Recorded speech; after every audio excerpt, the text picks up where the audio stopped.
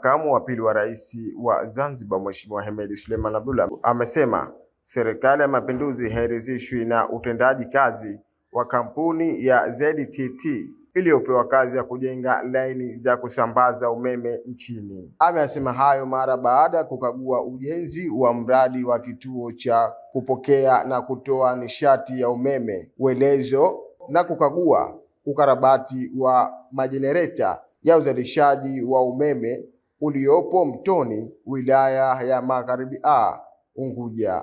Kama hapa anapoanza kuongea. Lakini nimesikitishwa sana na kwa kweli ni jambo ambalo halijanifurahisha. Yule mkandarasi mwingine wale ZTT. Hawa watu mapema tu serikali iliona kwamba kuna changamoto na ikashauri kwa wenzetu wa World Bank. Mwakilishi wa World Bank yuko hapa? Hakuja. Sasa mimi nadhani nimpeleke salamu kwamba sisi pamoja na kwamba wanatusaidia, lakini si vyema wakaleta wakandarasi ambao hawana viwango. Kadhia hii ilionekana mapema, serikali ikashauri, lakini bado wakaamua kumrejesha mkandarasi yule yule. Kwa hiyo Mheshimiwa Waziri, maelekezo yangu kwenye hili, wale wakandarasi mkae nao, halafu mtafute namna bora ya mradi huu kukamilika kwa haraka iwezekanavyo. Baada ya hatua hiyo, sisi serikali tutaangalia uwezekano.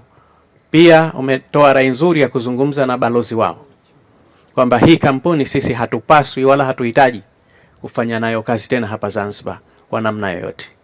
Na ingekuwa tumewapa kazi sisi Serikali ya Mapinduzi ya Zanzibar, leo hapa ndo ingekuwa mwisho wa kampuni hii kufanya kazi. Wasingeingia tena site pahala popote.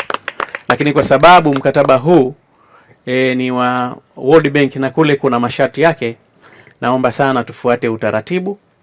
Zile taratibu tuzifuate ili tusije tukakiuka yale matakwa ya World Bank, lakini pia tuoneshe kutokuridhishwa na kampuni hii. Sasa kwa sababu haya yamekaa vizuri na Mheshimiwa Waziri ameeleza maeneo mengine mengi ambayo tunakusudia kuzalisha umeme, mimi naiona Zanzibar yenye nishati ya umeme baada ya muda si mrefu sana. Hizi changamoto ndogo ndogo tutaweza kuziondosha. Kazi hii ambayo Mheshimiwa Rais kwa maksudi mazima ameifanya, kwa kweli tuna kila sababu ya kumshukuru, tuna kila sababu ya kumpongeza na tuna kila sababu ya kumwombea kwa Mwenyezi Mungu ili aweze kuyatekeleza majukumu haya vizuri. Tuambie wananchi wenzetu wa Zanzibar, kazi hii inayofanywa inalenga kuwapa huduma bora, kuwapa uchumi imara, lakini kuendelea kufaidika na Zanzibar ambayo walio wengi wanakuja sasa.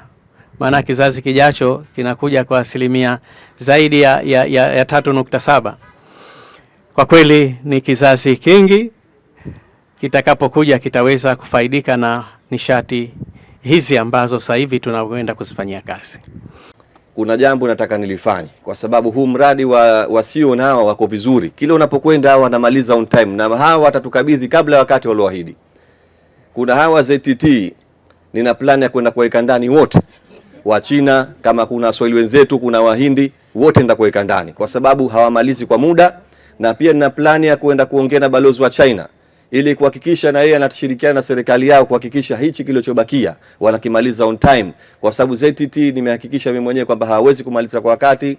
Mambo mengi yanaendelea na mimi sikubali kuja kufeli kwenye wizara hii. Zanzibar by 2030 mkiondoka, Zanzibar itakuwa na umeme wake wenyewe unaojitegemea. Lakini pia nitoe taarifa kwamba tunaenda kwenye umeme wa gesi ambao utafanyika Mangapwani. Kuna umeme mwingine tutafanya Fumba, lakini kila maeneo tutakayofanya tutaweka na chanzo chake kama kile cha kupoza umeme, na kutakuwa Zanzibar nzima, Unguja na Pemba tuna umeme ambao mtauacha zaidi ya megawati 500. Hivyo Zanzibar tutakuwa tuna uwezo wa kuuza umeme katika East Africa, lakini kuwa na reserve kubwa umeme kwa mtu yote ambaye atakuja kwa ajili ya uwekezaji na masuala yote ya kiuchumi. Mradi huu umefikia 75% na tunategemea kumalizika mwezi Novemba mwaka huu. Ni moja katika component ile ya substation ambayo gharama yake ni karibu dola 23 milioni kabla ya VAT. Na burning rate kwa sasa kwa component hiyo tayari ishafikia 80%, na tunategemea kwamba mjenzi huyu atapokamilisha mwezi Novemba tutatamalizia malipo ya mwisho, lakini tunaweza kuwa na changamoto ya kumlipa ziada kwa kusubiri. Naomba kwa